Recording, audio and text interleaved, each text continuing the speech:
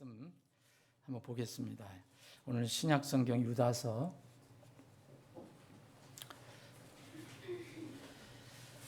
여러분들이 아시는 것처럼 유다서는 신약성경 27권 중에서 한 장으로 되어 있는 네 성경 중에 하나입니다.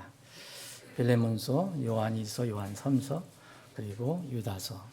그래서 아주 짧습니다. 근데 이 짧은 내용 안에 여러분들이 꼼꼼하게 읽어보시면 많은 우리가 알고 있는 기독교의 근본 교리가 많이 들어있습니다.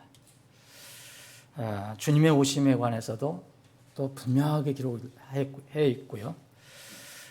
근데 특별히 이 유다서는 저는 우연이 아니라고 생각하는데 이 배치가 요한계시록 앞에 있습니다. 요한계시록 성경의 끝이고 요한계시록은 세상에 하나님께서 예수님을 통해서 공의로 심판하시고 마감하시고 새로운 세계를 시작하는 그런 내용으로 다 되어 있습니다. 계시록. 그 앞에 유다서가 배치가 되어 있는데 유다서 여러 가지 주제가 있는데 그 중에 하나는 요한계시록이 가지고 있는 주제입니다. 심판입니다. 근데 심판인데 특별히 이 마지막 때의 배도에 관한 심판입니다. 불신 세상에 대한 당연한 심판이 있습니다. 그러나 이른바 종교 안에서 기독교 안에 있다고 하는 그런 이른바 배도의 믿음에 관한 심판의 내용이 가득 들어 있습니다. 그 부분을 좀 살펴보겠습니다. 다 읽지 않겠습니다. 제가 몇 절 읽겠습니다. 여러분들이 마스크를 쓰고 계시니까 읽기가 굉장히 어려우신 거 압니다. 그래서 제가 몇 구절 읽겠습니다. 여러분들 눈으로 따라서 읽어주시면 됩니다.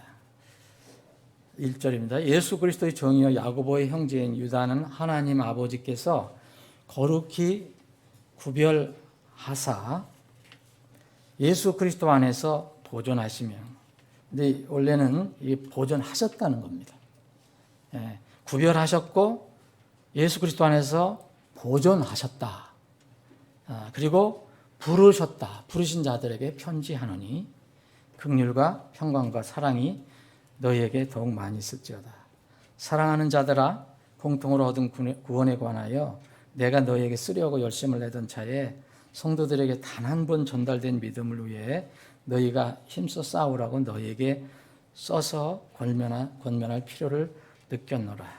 여러분들이 어떤 상황이 있어도 여러분들이 하나님의 구원받은 자녀라면 여러분들은 다 공통적으로 얻은 구원을 가지고 있는 겁니다. 어떤 사람이 얻은 구원이 더 특별하고 어떤 사람은 그 구원이 또 낮고 이런 게 없습니다. 우리가 은혜로 받은 것이기 때문에 그래서 이 믿음은 이 구원은 아주 처음서부터 하나님께서 복음을 세우셨을 때부터 처음부터 전달된 믿음이지 시대에 따라서 막 바뀌어지거나 그때 가서 뭘 더하고 빼고 그러는 게 아닙니다. 단 한 번 전달된 믿음을 우리가 가지고 있는 것입니다. 4절입니다. 이는 알지 못하는 가운데 기어들어온 어떤 자들이 있기 때문이라.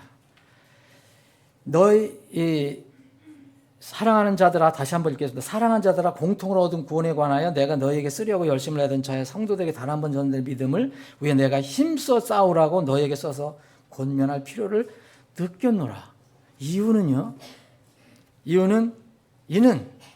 왜냐하면 이는 알지 못하는 가운데 기어들어온 어떤 자들, 이게 유다서는 좀 그렇게 표현을 했습니다.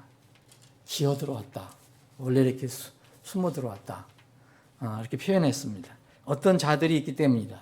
그들은 옛적부터 이 정죄를 받도록 주께서 미리 정하신 자들이요, 우리 하나님의 은혜를 세격거리로 바꾸고 유일하신 주 하나님과 우리 주 예수 그리스도를 부인하는 경건치 아니한 자들이라.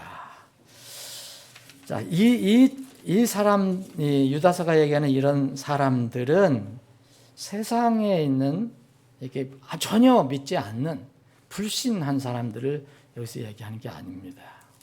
1차 여기엔 누가 포함되냐면 이른바 하나님의 은혜를 어느 정도 아는 사람들을 얘기합니다. 근데 이 사람들이 어떻게 됐느냐? 제가 몇 절 더 읽겠습니다. 자, 12절.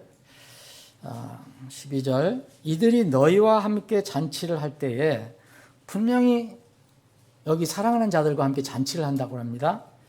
두려움도 없이 먹으니 그들은 너희의 사랑의 잔치에 얼룩이요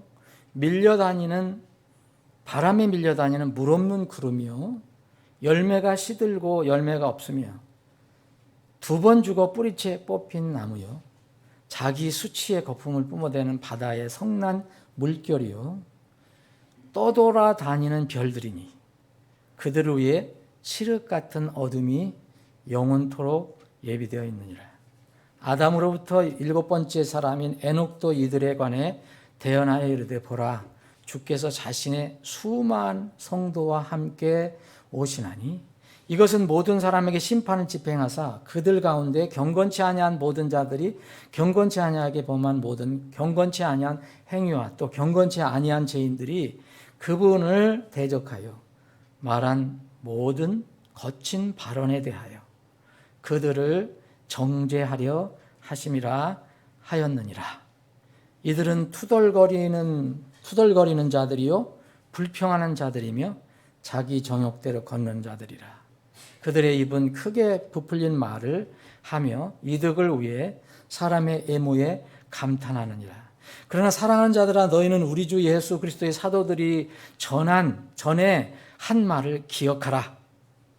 그들이 너희에게 마지막 때에는 자기들의 경건치 아니한 정욕대로 걷는 조롱하는 자들이 있을 것을 알려주었나니 이들은 자기를 분리시키는 자들이며 육체적 감각대로 살고 성령이 없는 자들이니라.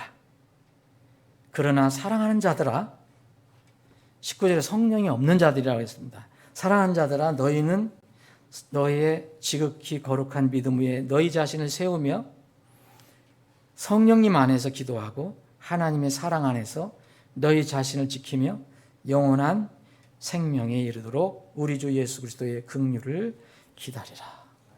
아버지 하나님 오늘 말씀을 주심을 감사합니다. 이 말씀이 우리의 삶을 다시 돌아보고 또 앞을 주님을 향해서 나아갈 때 큰 힘이 될 수 있는 말씀이 되게 해 주옵소서. 송찬희 군이 이제 국가의 부름을 받아서 국방의 의무를 수행하기 위해 군에 입대합니다.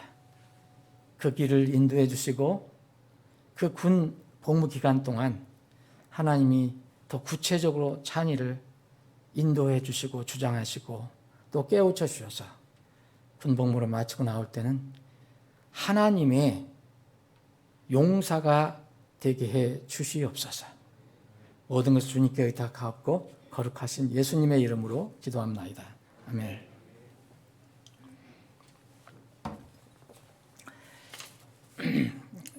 여러분, 지금 우리가 살고 있는 세상, 요새는 이제 뉴스 듣기가 겁나더라고요. 요새는 왜 이렇게 많은 진짜 이상한 일이 젊은 사람이 어른을 막 그렇게 쉽게 죽이고 어쩌게 하고 하여튼 이런 일들 엄청나게 많이 나오는데 사람들이 이렇게 어떤 너무 자극적이고 뭔가 이게 무슨 풍부하고 넘치는 세상에 지금 살고 있는데도 이게 뭔가 결국은 이것은 이제 디모데후서 3장에 나와 있는 것처럼 마지막 때 자기를 사랑하는 일, 이제 아주 극성이 되는데 결국 자기 사랑, 자기 육신의 쾌락을 하나님을 사랑하는 것보다 더 하나님을 사랑하는 것보다 더 사랑한다. 마지막 때 이제 예언이 있는데 지금 우리가 코로나 때문에 2년 동안 고생을 하고 있고 계속 이 뉴스 보시면 기상이변이 있고 하도 이러니까 놀라지도 않아요 이제. 그리고 화산 지진 이제 일본도 걱정이에요. 이제 진짜 금년 내에 화산 지진 또 크게 한번 어딘가 일어날 겁니다. 그리고 여러분, 이스라엘하고 팔레스타인 지금 심하게 또 전쟁이 시작이 됐어요. 만날 화약고죠. 언제 터질지 모르죠. 그런데 저는 제일 걱정하는 것이 전 세계적으로 하나님 대적하는 배도의 물결입니다. 여러분, 기독교라는 가운데에 조금만 살펴보시면 우리나라에도 하나님을 대적하는 그런 교리, 그런 믿음을 가지고 있는 묘한 단체에 가입한 교회들이 대부분이에요. 밑에 있는 성도들은 잘 모를지 모르지만 그 사역자들은 다 알고 있거든요. 그런데도 그런 단체에 다 가입하고 있습니다. 지금 이런 말씀드리는 끝이 없어요. 이제는 우리 몸에 생체 칩 이식을 하는 단계까지 왔죠, 여러분. 최근 일론 머스크라는 그런 아주 많이 나오잖아요, 그 사람. 전기 자동차 발명하고 로켓 쏘아 물리고 달나라로 여행 추진하고 하는 사람. 이 사람이 이 돼지, 원숭이 이런 데다가 칩 넣어서 그거 한 거 여러분들 보셨죠? 자유롭게 돼지, 원숭이가 자기가 다 게임을 해요, 스스로. 칩을 넣어놨더니. 이런 것은 인간의 몸에다가 이 칩을 넣는 이식 전 단계예요. 궁극적으로는 갑니다. 언제 갈지 모르지만은 여러분, 돼지에다 해놓고 이 원숭이에다 해놓고 나서 그걸로 끝날 것 같습니까? 그거 왜 안 해요? 준비하는 거예요. 미리 실험하는 거예요. 그래서 이미 여러분도 아시지만은 유럽이나 미국 같은 데서는 사람 몸에 생체 이식한 그런 회사도 있고 사람도 꽤 있어요. 모든 거기에 이제 아이디가 다 들어가 있는 거죠. 이 은행 구좌까지도 들어있는 사람이 있고. 그러니까 자유롭게 이제 하는 거예요. 카드 필요 없고. 종이 돈 같은 거 필요 없습니다. 근데 제가 말씀드렸지만 제일 나는 안타까운 것은 이른바 믿는다는 그런 세계, 교회, 기독교, 이런 데서 묘하게 입으로는 하나님을 얘기하고 성경을 얘기하는데 실제로는 하나님을 부정하는 이런 배도가 여러분들은 잘 그런 모를 수도 있어요. 큰 물결을 이제 이루어가고 있습니다. 이 타락이 언제까지 가겠습니까?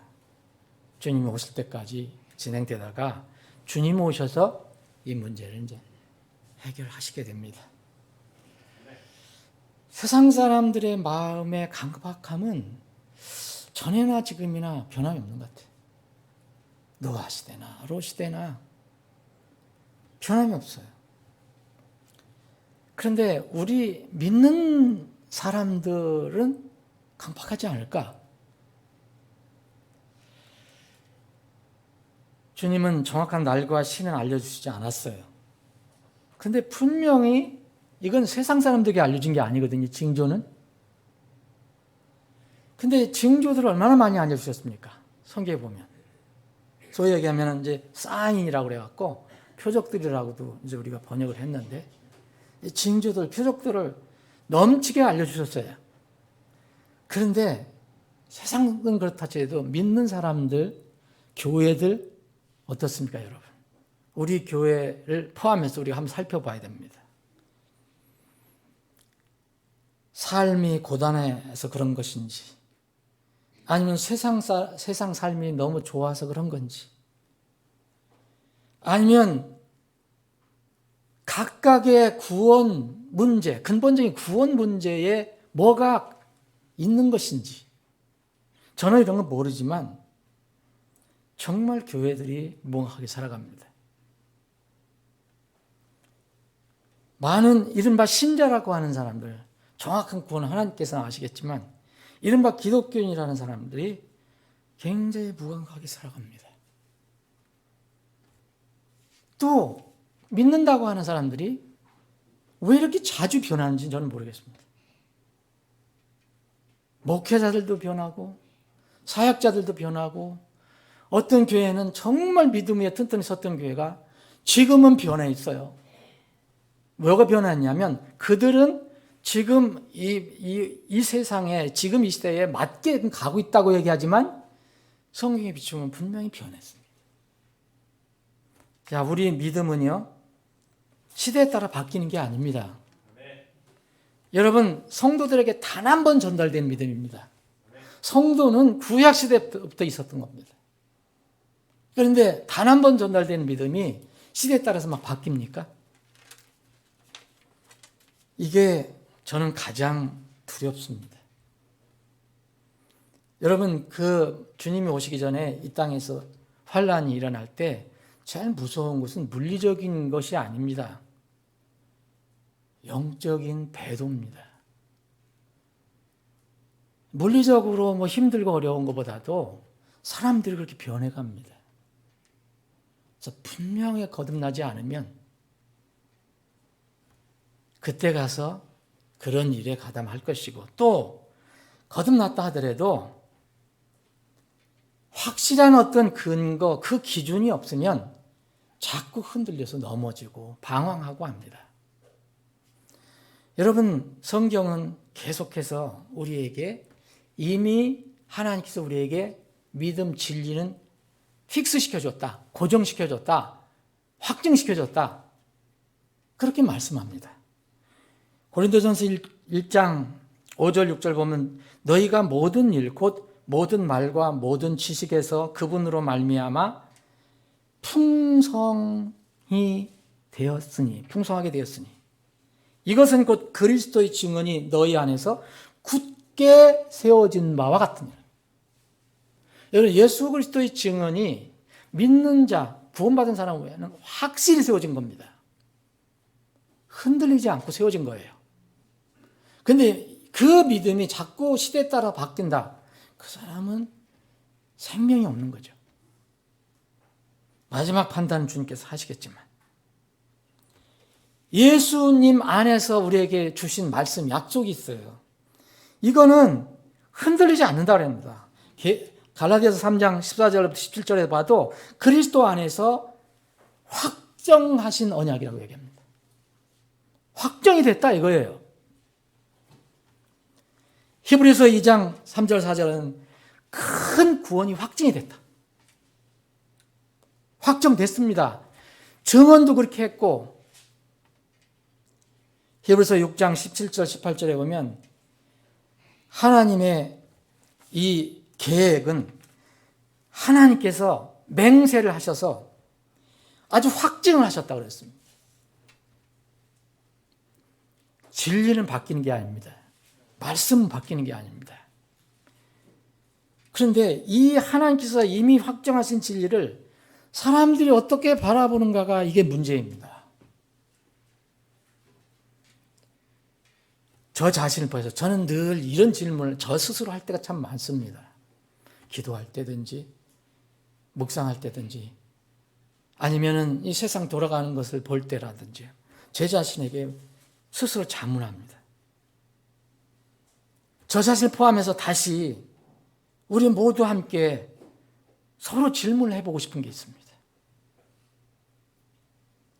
내 믿음은 절대 변하지 않는 믿음인 거예요. 아니면 상황과 조건에 따라서 바뀌는 믿음인가? 어떻습니까? 여러분들 믿음 어떻습니까? 흔히 이렇게 막 흔들리는 사람, 방황하는 사람, 왔다 갔다 하고 오늘 바뀌고 내일 또 새로 결단했다 또 그 다음 바뀌고 하는 이런 사람들을 마음을 바람에 흔들리는 갈대와 같다고 표현하죠. 오늘 여기 우리 유다서를 보는데 유다 오늘 한 장을 다 사실 살펴보는 겁니다. 여기에 많은 사람들이 나오는데 부류는 두 부류입니다. 사랑하는 자들이라고 했고요. 사랑하는 자들은 1절에 해당되는 겁니다. 예수님께서 이미 예수님의 종 야고보의 형제인 유다는 하나님 아버지께서 거룩히 구별하셨고 예수 그리스도 안에서 보존하셨으며 또 부르신 자들이라고 얘기합니다.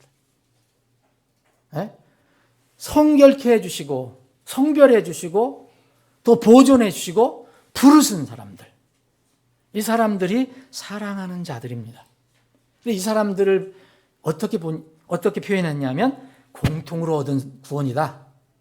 그리고 처음서부터 내려온 그런 동일한 믿음으로, 한 번 전달된 믿음으로 구원을 받은 사람들이라고 얘기합니다. 이런 사람들이 사랑하는 자들이에요. 그런데 이 사랑하는 사람들, 이 무리에 이 유다가 보낸 이 편지를 받은 사람들, 어떤 교회가 있다면 그 회중 안에 알지 못하는 가운데 기어들어온 어떤 자들이 있다고 얘기합니다. 우리는 이 상황을 정확히 다 모릅니다. 어느 교회를 지칭했는지도 모르고 어느 회중을 지칭하는지 정확히 모르잖아요. 그런데 이 사람들, 자, 사랑하는 자들이 있고 그 사랑하는 사람들 가운데 들어온 사람들이에요. 이러면 이 사람들이 믿음이 세상 사람들이 아니라는 걸 여러분들 아시죠? 구원 받지 못한 사람들은 세상을 아주 아예 안 믿는 사람들 있잖아요. 불신자들, 무신론자. 하나님이 어디 있어? 내가 하나님이지 않은 사람들 있잖아요. 근데 뭐 하나님은 인정하는 것 같으면서도 자꾸 바뀌는 사람들, 뭔가 기준이 없어, 진리의 기준이 없는 사람들 있잖아요. 이런 사람들을 얘기하는 겁니다. 이 사람들은 여기서 얘기하는 건. 그래서 마지막 때의 심판은 배도의 심판, 배도의 심판, 불신의 심판, 무신론에 대한 심판도 있지만 배도에 대한 심판이 있는 겁니다. 배반한다는 뜻이잖아요. 뭔가 보기에는 그렇게 지지하는 것 같다가 나중에는 돌아서는 거. 그래서 이 사람들에 대한 설명이 쭉 나옵니다. 그거에 다 여기 뭐 세교거리로 바뀌고, 또 여기 8절에 보면은 여기 5절에 보면 믿지 않는 자들, 거기 6절에 자기 처음 신분을 시키지 아니하고 그들과 따른 천사들과 같은 그런 사람들, 8절에는 꿈꾸는 더러운 자들. 그죠? 이 유다는 굉장히 강한 그 언어를 쓰고 있습니다. 그러면서 11절에 화가 있을 것이다. 가인의 길로 간다. 발람의 탐욕을 따라간다. 고라의 반역 가운데 멸망하다. 여러분, 고라는 누군지 아시죠? 고라는 이스라엘 사람 중에 이교도가 아닙니다. 이스라엘 사람 중에서도 레위 자손입니다. 레위 자손은 뭘 하는지 아시죠? 교회에서, 그때 당시에 성막에서, 성전에서 일하는 사람들이에요. 이 레위 자손, 고라의 반역을 얘기합니다. 그래서 이 사람들이 너희들 사랑하는 너희들의 사랑의 잔치에 얼룩이고, 그리고 12절이면 바람에 밀려다니는 물 없는 구름. 여러분, 여기 바람에 밀려다니는 물 없는 구름하고 또 13절에 그 떠돌아다니는 별들, 이 두 가지를 한번 생각해 보세요. 이 공통점이 뭡니까? 특성이 뭡니까? 고정이 안 됐다는 거예요. 확증이 안 됐다는 거예요. 마음에 확정이 없는 거예요. 이렇게 하다가 뭐 믿는 것 같다가 무슨 소리 들으면 또 그걸 따라가고 그거 바뀌어요. 이게 바람에 밀려다니는 물 없는 구름이에요. 여러분, 구름은요, 나중에 다 필요할 때는 또 비를 내려줘야 돼요. 아무것도 없다는 거예요. 예? 그리고 유리방황하는 늘 떠돌아다니는 별들. 이렇게 표현했습니다.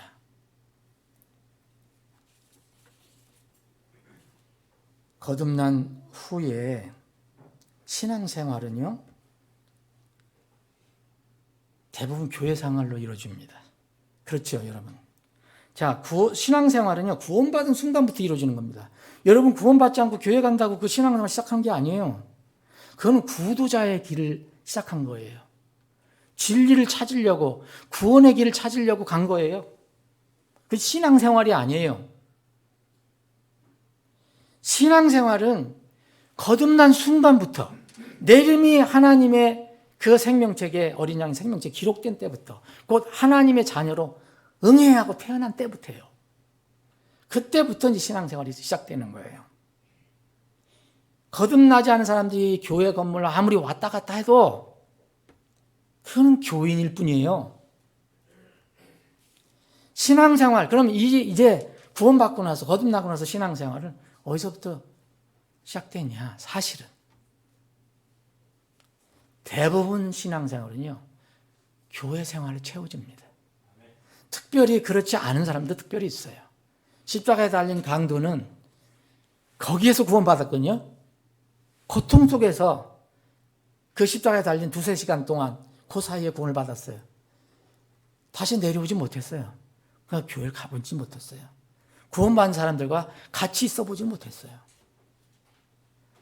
그런 특별한 경우를 제외하고는 이 신약에 보면 전부 교회와 연결되어 있어요. 그래서 교회가 이렇게 많이 나오는 겁니다, 여러분. 이스라엘은 구원받으면 어디가 되어 있습니까? 자기를 회중으로 모이는 거죠. 여러분, 제가 말하는 교회는 이름만 교회를 얘기하는 게 아니에요. 무슨 온갖 이단들도 다 교회라고 그래요. 제가 요번에 이제 그 목회자들 모임이 있어서 왔다 갔다 하잖아요. 그래서 이제 용산교회가 이제 용산에서 영등포로 왔어요. 그래도 여전히 용산교회예요. 용산교회인데 재미있는 게 하나는 뭐냐면 거기가 건물 가봤더니 건물은 좋은데 그 옆이 바로 소위 얘기하면 어머니 교회예요. 붙어 있어요. 그 옆에서 예배 드리는 게 소리가 나요. 이번에 갔는데도 우리가 이제 화요일에 모였는데 거긴 또 화요일하고 뭐 금요일인가 모인대요. 그래서 예배 소리가 들려요. 신경 거슬리더라고요. 그런데 재미있는 것은 뭐냐면 내가 이제 이렇게 지나다 보니까 거기다가 크게 써붙여서 뭐냐면 신천지 2단 출입 금지 크게 써붙였어요. 여러분, 모르는 사람들은 모르지만 저는 쓴웃음이 나더라고요. 아니, 하나님 여자도 있어야 된다. 여자 하나님도 믿는 사람들인데 또 신천지는 무서운지 신천지 출입금지 2단. 여러분, 이런 교회를 제가 말씀드리는 거 아니에요. 교회 다 이름 붙였어요. 응? 성경에서 얘기하는 예수님께서 세우신 교회를 얘기합니다. 그게 그 교회가 적든 크든 성경이 말씀 위에 분명히 서 있는 교회, 이 교회를 제가 말씀드리는 거예요. 구원받은 후에는 이 주님의 교회에서 대부분 신앙생활을 합니다. 그런데 이제 교회관이 잘못된 사람은 아무데나 교회가 있다, 내 안에 교회도 있고 집에도 교회 있고 산에도 있고 들에도 있다고 막 하는 사람도 있어요. 이게 우주적인 교회론이 잘못 배워갖고 이런 사람들은 내가 뭐라고 말할 수 없어요. 그런데 이 성경을 읽어보세요. 전부 교회를 중심으로 가르치고 있습니다. 여러분, 에베소서 4장에 에베소 교회 성도들을 어떻게 훈련시키고 성장시키고 자라게 한 그 방법이 나오잖아요. 에베소 교회의 담임 목회자는 누구였습니까? 젊은 디모데였어요. 젊은 디모데. 이 디모데에게 디모데가 어떻게 에베소 교회를 잘 이렇게 도울까? 그게 바울 사도가 직접적으로 준 말은 디모데 전후서 그거고, 거기에 보면 에베소 4장에 보면 그분께서는 더러는 사도로, 더러는 대언자로, 더러는 복음자로, 더러는 목사와 교사로 주셨다. 이것은 성도들을 완전하게 하고 섬기는 일을 하게 하며 그리스도의 몸을 세우게 하려 함이라. 여러분, 성경은 그냥 심플하잖아요. 그렇잖아요? 여러분, 여기에도 있지만은 예수님께서 우리에게 지상명령 주신 게 3단계가 뭡니까? 대부분의 사람들이 이걸 다 잘 생각을 안 해요. 지상명령하면 복음 전하는 것만 얘기해요. 물론 맞아요.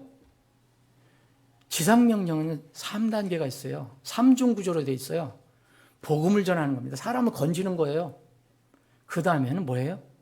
아버지와 아들과 성령의 이름으로 그들에게 침례를 주는 거예요. 그리고 침례에 순종한 사람들에게는 어떻게 합니까? 내가 명령한 모든 것을 그들에게 가르쳐 지키게 하라고 그래요. 이게 교육과 훈련이에요. 설교는 교육도 될 수도 있고 서로 교훈을 주고받을 수도 있는 거고 또 설교는 구원의 복음을 선포할 수도 있는 거예요. 그런데 여러분 여기에 두 번째 단계가 뭡니까? 침례 주는 거예요. 근데 이 세상에서 지금 이거 얼마나 무시합니까? 얼마나 가볍게 봅니까? 여러분 예수님이 어떻게 했습니까? 만약 방식만 얘기한데도 그러면 또 그럴 거예요. 이 설교 듣는 사람이 저 침례교 목사니까 또 침례 얘기한다고 얘기할 거예요. 근데 성경을 얘기해야 돼요. 예수님은 어떻게 했습니까? 물 뿌렸습니까? 여러분 사도들이 어떻게 했습니까? 빌립 전도사가 아프리칸 대시 어떻게 했습니까? 성경 있는 대로 보세요. 침례를 줬잖아요. 물론 방식만 침례를 제가 말씀하는 거 아닙니다. 이 물속에 들어갔다 나왔다는 것은 내가 그리스도와 함께 죽었다가 새 생명으로 살아났다는 것을 간증하는 거예요. 이게 침례 신앙이에요. 그럼 이 침례 신앙, 예수님도 침례 신앙이었고 사도들도 다 침례 신앙이었어요. 성경에 나와 있는 사람들은 침례 신앙이에요. 근데 이 시대는 그게 무슨 뵙티스 저기 교파다, 침례교다라고 막 이렇게 몰아붙이고 말아요. 여러분 주님 오실 때 앞에 섰을 때 저는 이 문제도 굉장히 큰 문제로 보상 심판 때에서 제기가 될 거라고 저는 믿습니다. 우리 믿음의 그 성경만을 믿었던 재침례 성도들이 헛된 그 희생이 아닙니다. 여러분, 그런데 어떻게 이 침례 신앙이 상황이 바뀌면 세례로 바뀝니까? 난 이게 신비해요. 어떻게 그렇게 바뀔 수 있습니까? 내 믿음은 확정된 믿음인가? 주님께서 공생애 중에는 직접 가르쳤지만 다시 말씀드리면 지금은 예수님 승천하시고 나서는 말씀을 주셨어요. 말씀을 주시고 말씀을 근거로 해서 각 지역교회를 세우시고 그 지역교회 세우신 데 사람 일꾼을 세우신 거예요. 그래서 이 지역교회는 이제 거듭난 사람의 영적 성장이 밀접한 관계가 있는 겁니다. 한 사람이 거듭나잖아요. 그러면 주님의 지역교회와 밀접한 관계를 맺게 되고 지역교회에서의 성장은 지역교회에 세워주신 그 일꾼들과 관계를 맺을 수밖에 없어요. 일꾼이라고 해서 꼭 무슨 전임사역자만 얘기하는 게 아니라 모든 성도들이 다 일꾼이 될 수 있잖아요. 서로 돕고 권면하고 가르치고. 이런 이유로 성경에는 지역교회 일꾼들에 관해서 말씀을 많이 기록하고 있습니다. 여러분 오늘 제가 이걸 다 찾지 않겠습니다. 여러분 의지적으로 한번 찾아오세요. 얼마나 많이 기록되어 있는가. 그 중에 하나만 보겠습니다. 히브리서 13장 보면 13장 7절에 보면 하나님 말씀을 너희에게 일러주고 너희를 다스리는 자들을 기억하며 그들의 행실의 결말을 깊이 살펴보고 그들의 믿음을 따르라. 물론 이 교회의 어떤 일꾼은 더 본을 보여야 되는 아주 굉장히 엄중한 삶을 살아야 됩니다. 17절 히브리서 13장 17절 너희를 다스리는 자들에게 순종하고 복종하라. 그들은 자기가 회개 보고할 자로서 너희 혼을 위해 깨어있나니 그들이 기쁨으로 그것을 하게 하고 근심으로 하게 하지 말라. 그것은 너희에게 유익을 주지 못하느니라. 여러분 누구의 손해라고 여기서 성경은 얘기합니까? 이 손해는 이 어떤 일꾼의 손해가 아니에요. 그 안에 있는 회중의 손해라고 얘기해요. 왜 바울 사도는 계속해서 자기를 위해서 기도해달라고 했습니까? 그래서 디도서 2장 15절에 보면 이것을 말하고 권면하며 모든 권위로 꾸짖고, 디도에게 얘기한 겁니다. 목회자에게. 아무도 너를 업신여기지 못하게 하라. 우리를 위해서 기도하라. 왜 기도해달라고 했습니까? 여러분, 묘하게 사람들이 변화할 때 보면은 다 이유가 있어요. 이제 목회자들 이렇게 만나서 이제 이야기를 나눠보면은 목회자들의 아픔이 뭐냐면요. 물론 목회자들도 허물도 많고 잘못도 분명히 있죠. 있는데 이 목회자들은 그런 게 마음이 많이 아픈가 보더라고요. 무슨 어떤 문제, 허물 같은 것을 연약함을 이유로 해서 이렇게 문제를 일으킬 때 참 힘들어하는 그런 얘기를 듣습니다.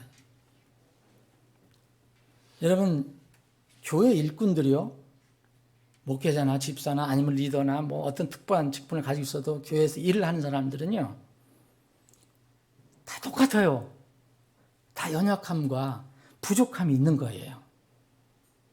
예수님 위에는 다 허물이 있습니다. 그렇죠?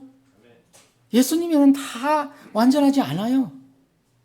다만 양심으로, 바울사도처럼 양심으로 제가 의지적으로 어떤 일을 의지적으로 탐욕을 부린다든지 꾀를 내서 뭐를 내가 그를 더 어떻게 얻으려고 한다든지 내 이름을 내려고 한다, 이런 거는 양심적으로는 두려워서 못하는 거죠.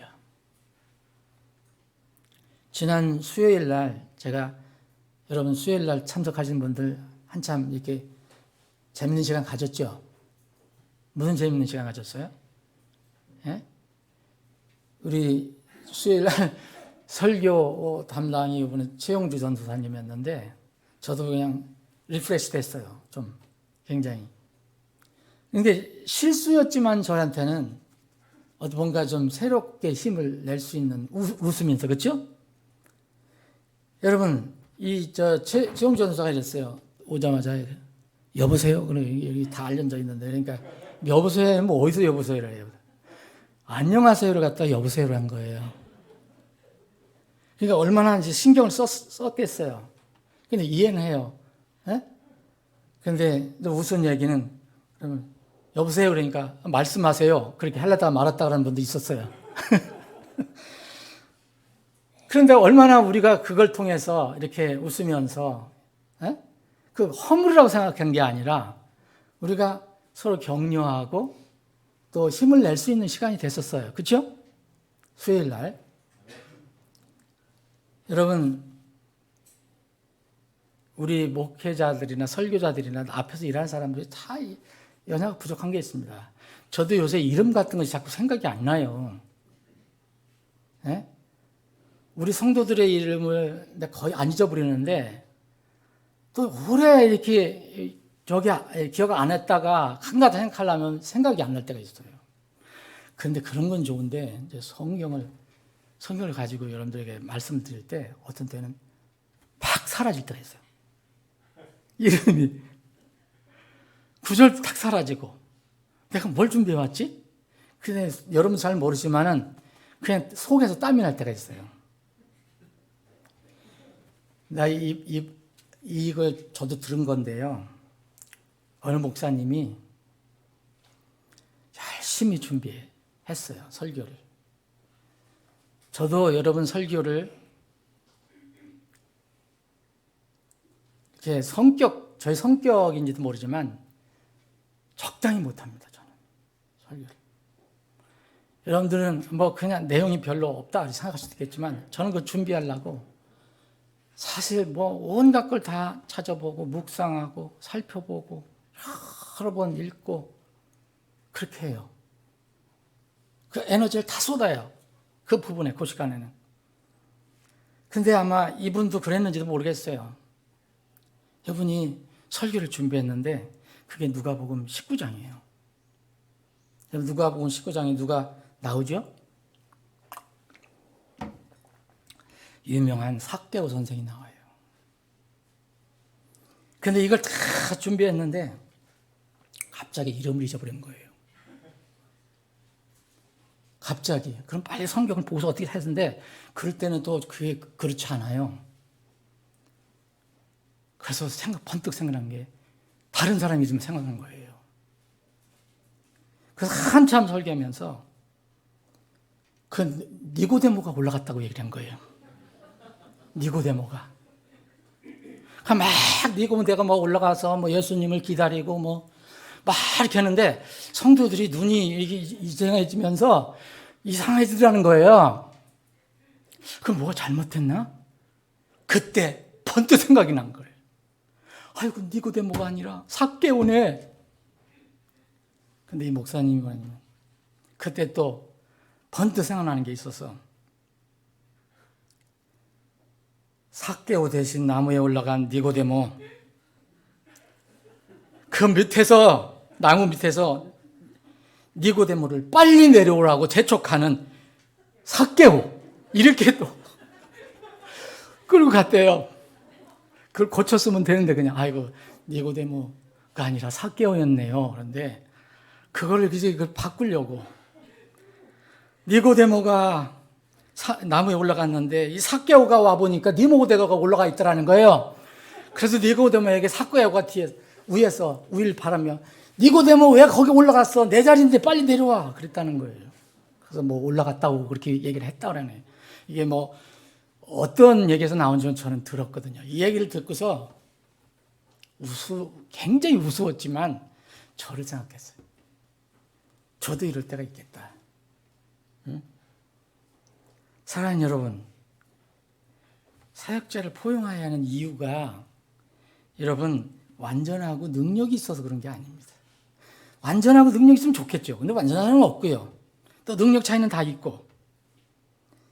왜 성경에서는 사역자, 일꾼을, 복음 일꾼을 포용해라, 존경하라 하냐면 그 사람의 직분 때문에 그렇게 하라는 거예요. 하나님께서 베드로를 부르셨잖아요. 베드로는 무식한 어부였어요. 그거 세상적으로 따지면 베드로 존경할 수 없죠. 근데 그걸 보지 말고 하나님께서 그를 부르셨다는 거. 그래서 그가 하는 일을 보고 베드로를 따라라 이렇게 된 거예요. 데살로니가전서 5장 보시면 이런 말씀이 있어요. 12절 보면 형제들아 우리가 너희에게 간청하노니 너희 가운데서 수고하고 주 안에서 너희를 감독하며 너희에게 훈계한 자들을 알고 그들의 일로 인하여 사랑 안에서 그들을 매우 귀중히 여기며. 뭐 때문에? 그들이 하고 있는 일들 때문에, 그 직분 때문에. 부르심이라는 건 여기 있는 거예요. 여러분 부르심을 정말 오해하는 분들이 있는데 부르심을 안 받아도요 설교 잘하는 사람이 있어요. 후대하면 막 굉장히 멋있는 설교하는 지금도 있어요. 심지어는 우리 독립심리교 안에서도 있어요. 얼마나 멋있게 하는지도 몰라요. 그런데 하나님은 부르심이 있는 사람들을 쓰세요. 성경에 보세요. 부르심이 없는 사람들이 얼마나 많이 갔는가. 에스겔서 같아 보면. 예, 하나님 보내시는데 자기가 가. 그 들은 건 더 많고 배운 건 많으니까. 이게 성경이에요. 우리가 성경을, 하나님 말씀을 우리 사람의 생각대로다가 자꾸 생각하면 안 돼요. 우리 생각은 이러한데 하나님 말씀이 그렇다면 그 말씀 따라야 됩니다. 여러분 종종 성경적인 교회관이 없는 사람들이 얘기해요. 목사님들이 얘기해요. 그 사람들이 교회를 떠나면서 해요. 나는 교회는 떠나지만 하나님은 안 떠난다. 그리고 떠난대요. 나는 교회는 떠나지만 주님을 떠나는 것은 아니다. 그런데요. 이거요? 완전 모순된 말이에요. 여러분, 교회가 주님의 몸임을 믿으십니까? 성경은 교회가 주님의 몸이라고 그랬잖아요. 이 사람들은 무슨 우주적인 교회관을 가지고 있는 것 같은데 성경은요, 지옥교회를 얘기하고 있어요. 여러분, 골로새서 1장 19절에 보면 그분께서는 몸, 곧 교회의 머리시니라 했어요. 근데 이 골로새서 수신자는 골로새 1장을 보세요. 골로새 지역에 있는 구원받은 사람 성도들이에요. 뭐 우주교가 있느니 뭐니 하더라도 그건 1차가 아니에요. 이 성경이 쓰여진 것은 뭘 얘기합니까? 너희들이 속한 그 교회, 그게 주님의 몸이야. 에베소 1장 23절 교회는 그분의 몸이니 곧 모든 것 안에서 모든 걸 충만하게 하시는 분의 충만이니라. 에베소 교회 성도들에게 있어요. 에베소 1장 1절 보세요. 에베소 지역에, 그 지역에 있는 교회로 모인 사람들이에요. 뭐를 그렇게 대단하게 무슨 이론을 배워갖고 무슨 우정 교회가 어떻고 보이지 않는 교회는 어떻고 마음에 있고 성경은 그렇게 가르쳐 주지 않아요. 성경은 심플해요. 여러분, 디모데전서 3장을 보면 여러분들이 좋아하시는 구절이 있잖아요.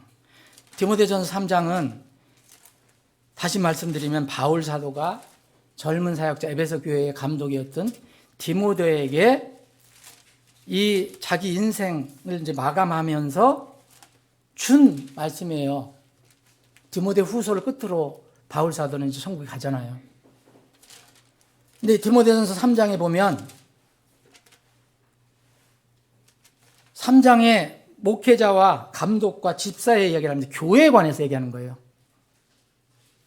그 지역의 일꾼에 관해서 얘기하고 그렇게 쭉 얘기하면서 15절에 보면 그러나 내가 오랫동안 지체하면 이거 누구예요? 바울 사도가 이 편지를 받은 이 에베소 교회 감독인 디모데에게 얘기한 거예요. 내가 오랫동안 지체해서 너에게 못 가면 오랫동안 지체하면 내가 하나님의 집에서 너는 뭐예요? 디모데 너는 하나님 집에서 어떻게 처신해야 할지 내가 알게 하려 하노니 이 집은 뭐예요? 디모데가 있는 에베소 교회예요. 이 집은 살아계신 하나님의 교회예요. 여기 저는 좋아하는 구절, 살아계신 하나님이에요. 하나님의 교회라고 표현하는 거예요. 살아계신 하나님. 하나님 살아계시다는 거예요. 거기에 임재하고 계시다는 거예요. 살아계신 하나님의 교회예요. 진리의 기둥과 터니라.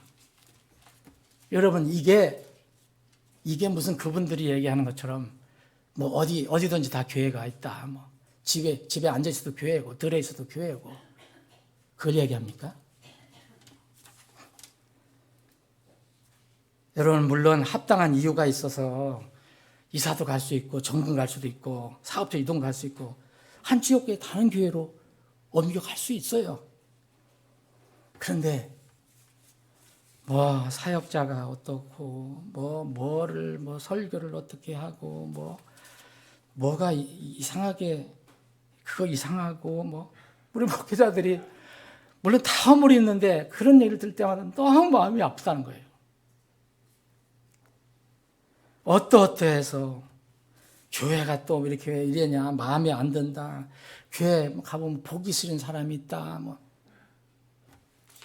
쉽게 교회를 떠난다고 하는 그런 얘기를 들을 때 참 이분들은 하나님의 몸을 무시하는구나. 여러분, 주님께서는 지상에서의 최종 권위는 적든 크든 실제 존재하는 지역교회에 주셨습니다. 마태복음 18장 읽어보세요. 모든 문제 해결은 그 교회에서 최종 마지막 단계 3단계에서. 교회 외에 더 권위 없어요. 여러분, 안정되지 못하고 늘 떠돌아오는 사람들, 저는 그 얘기를 들었을 때 유다서가 생각이 났어요. 마지막 때구나. 이 마음의 안정이 안 돼요. 고정이 안 돼요. 1년에 무슨 교회를 수없이 왔다 갔다 하는 사람들이 있어요. 도대체 그분들이 원하는 교회가 어디 있을까요? 천국에밖에 없어요. 그런데 천국에 가서도 아마 불평할 수도 있어요. 예수님이 지상에 계셨을 때 예수님 저기 했어요? 예수님 100% 동의받고 100% 지지를 받았어요? 아니에요. 여러분, 안정되지 못하고 늘 떠돌아다니는 사람들은 대부분 남을 탓을 합니다. 먼저 그게 중요한 게 아닙니다. 자신의 마음이 말씀 위에 확정되었는가를 점검해야 돼요. 이게 우선이에요. 교회에서 고칠 것도 있고 뭐 바꿀 것도 있고 개선할 것도 있어요. 그런데 그게 먼저가 아니에요. 여러분, 저를 포함해서 여러분들에게 다시 한번 질문하고 싶은 게 있습니다. 말씀 마무리하겠습니다. 정말 이거 물어보고 싶어요. 저와 여러분은 절대 변하지 않는 믿음을 가지고 있는 거예요. 상황과 조건에 따라서 쉽게 바뀔 수 있는 믿음인가? 내 마음은 확정되었는가?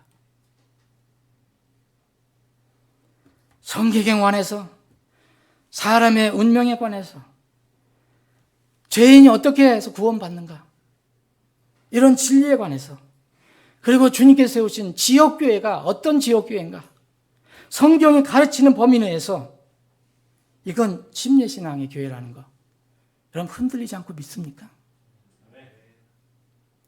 정확한 날은 모르지만 예수님께서 성도들을 부르실 때가 있고 우리를 공중으로 부르시고 세상에 심판을 하시기 위해서 속히 오실 것이라는 거. 이런 예언의 말씀, 그리고 재림 전에 이 땅에서는 육신을 절제하고 늘 그분과 그분의 몸을 사랑하고 이웃을 사랑하고 남을 더 사랑하고 그렇게 사는 것이 하늘의 보화를 쌓는 가장 지혜로운 삶이라는 것. 여러분, 이런 성경의 가르침에 여러분 흔들리지 않습니까? 시편 한 구절 읽고 오늘 말씀 끝냅니다. 시편 57편입니다.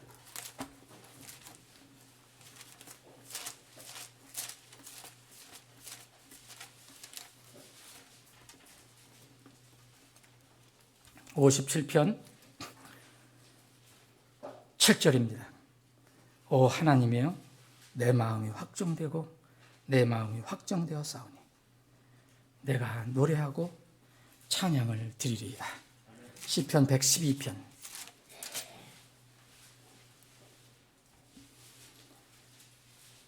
너희는 주를 찬양하라. 주를 두려워하며 그분의 명령들을 크게 즐거워하는 자는 복이 있도다. 그의 씨가 땅에서 강성하리니 곧바른 자의 세대가 복이 있으리로다. 부와 재물이 그의 집에 있으리니 그의 의가 영원히 지속되리로다. 곧바른 자에게는 어둠 속에서도 빛이 일어나니 그는 은혜롭고 동정심이 많으며 의롭도다. 선한 사람은 호의를 베풀고 빌려주나니 그가 자기의 일들을 신중하게 처리하리로다. 확실히 그가 영원토록 흔들리지 아니하리니 의로운 자는 영원토록 기억되리로다. 그가 나쁜 소식을 두려워하지 아니하리니 그의 마음이 주를 신뢰함으로 확정되었도다. 아버지 하나님, 우리가 사는 세상은 정말 위험한 세상이 되어가고 있습니다. 여러 가지 위험한 일들 중에서 특별히 사람들의 마음이 바뀌고 있습니다. 변하고 있습니다. 특히 믿는다고 하는 사람들, 기독교라고 하는 가운데 교회 안에서 신자라고 하는 사람들이 주님께서 예언하신 대로 성경 말씀을 떠나서 배도의 길을 가는 그런 사례들을 여기저기서 듣습니다. 주님 이미 우리에게 주신 진리는 고정이 됐습니다. 구원의 도리도 고정이 됐습니다. 우리는 그 말씀 위에 우리 마음이 고정이 되었습니다. 확정되었습니다. 이제는 주님이 오실 때만을 기다리며 이 땅에서 말씀 붙들고 살아가는 것뿐입니다. 주님, 다시 한번 우리 마음을 돌아보기를 원합니다. 우리 교회를 돌아보기를 원합니다. 남을 바라보기 전에 내 자신의 믿음을 다시 한번 살펴보기를 원합니다. 우리 마음이 흔들리지 않는다면, 말씀 위에 확고히 섰으면 세상에서 들려온 어떤 나쁜 소식도 두려워하지 않습니다. 주님, 우리 마음을 붙들어 주시옵소서. 우리 교회가 주님이 오실 때까지 이 말씀 위에 튼튼히 서서 가는 신부 교회가 되게 해 주시옵소서. 거룩하신 예수님의 이름으로 기도합니다.